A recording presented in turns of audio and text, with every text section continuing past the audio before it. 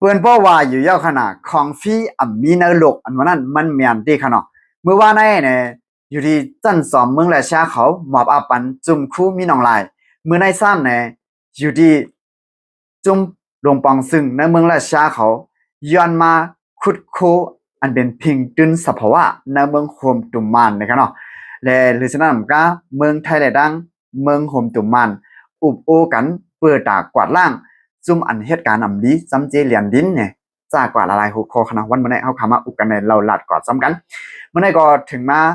วันที่20เดือนออกาศอันนั้นเนเดือนธันวาคมปี2526ขนาดเมื่อว่าในก็พี่น้องได้ก็ได้เสียขอคำพองก็ตีหันกันเพิ่มมันอยู่กันเนาะว่ามีน้องลายและหับจุ่มเที่ยงอันหนึ่งเป็นป่ามอค่าเนี่ยค่ะนะที่จันจอมป่ามอค่าถ่ายไปมามีในเมืองราชาเขาหมอบอาปันมันใจเนี่ยมันใจก็เลยหับเย่าตู่ดีงามกว่าเมื่อได้ทราบเนี่ยมันมีข่าวเงาออกมาแห่งเกี่ยวกับไปลองซุ่มลงปองซึ่งเมืองราชาเขาได้เอาเจ้าของคอมนีหลายๆก็หลายๆก้นที่มาตั้งคอมนีในเมืองห่มตุ่มมาในเซียวแลเนี่ยมาขุดน้ำมันเหมียนอันนี้เตอปื้นปางไหลในเมืองห่มตุ่มมันจะในเซียมก็มาขุดเหหาหยาบและขุดเงินขุดคำจ้ากว่าค่ะเนาะอันเป็นคู่ของพิงตึนสภาวะอันนี้อยู่ในเมืองห่มตุ่มมาในเนี่ยค่ะนะเลยว่าในเมืองห่มตุ่มมาในก็มันเหลืองมากนำเตี้ยวว่าค่ะเนาะคำว่าเนื้อน้ำเนื้อลิ้นแน่ส่วนใหญ่ก็บานำเปลี่ยนในเมืองใต้เลยดังในเมืองขางนั่นขนาดนะในเมืองขางเนี่ยตีป้องนั่นเนี่ยเดี๋ยวเนี่ยคำว่าในเมืองเขตเจ้าของในเมืองเขตได้ดังเจ้าของคอมมานีในเมืองหลายๆเมืองใช่ไหมครับเนาะมาขุดที่ในเมืองขางเนี่ยตีป้องมันมีเป็นเจ็ดเหียงปลายอองตีมันกันนะอันนี้เลยว่านำได้ว่าในเมืองใต้ได้ก็มีหลายปีเขาขยันไปหันขนาดเนาะส่วนใหญ่ก็บานำก็ได้มีปอตังออกคงเป็นอย่างเมืองตวนเมืองศาสตร์เขาจะแน่ๆขนาดเนาะ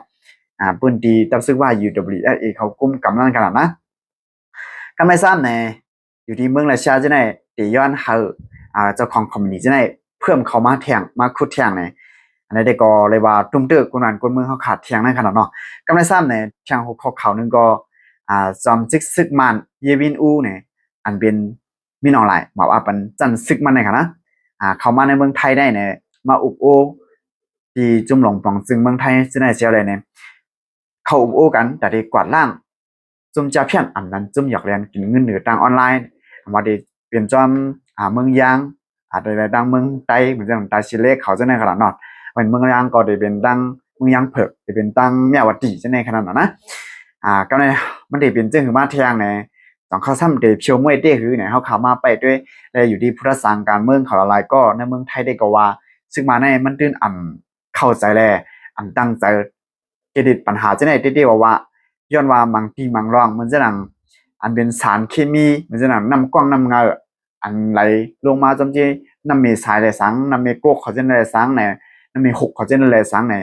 จะในเนี่ยมันย่ำเกลัยมันย่ำฮัดสั่งกับซึ่งว่า UWSA ไหลน้ำขนาดเนาะเหมือนจะนังปัญหาอันใหญ่ๆมันจะในแดนแค่ไว้ไกลๆโย่เนี่ยอยู่ในเป็นเรียนจึงพามตาโกโย่เนี่ยขนาดนะเขามาไปเดินทางกำหนึ่งขนาดตีเป็นจึงหือแทงตีเรียกไล่มาแทงซึ่งเนี่ยเขาขาสั่งไปมาเราลาเลยกุมกันแทงอินหนึ่งนะมาส่งตังหมดตังเสียงค่ะเก็บสืบปืนผีขาวหยอดอิน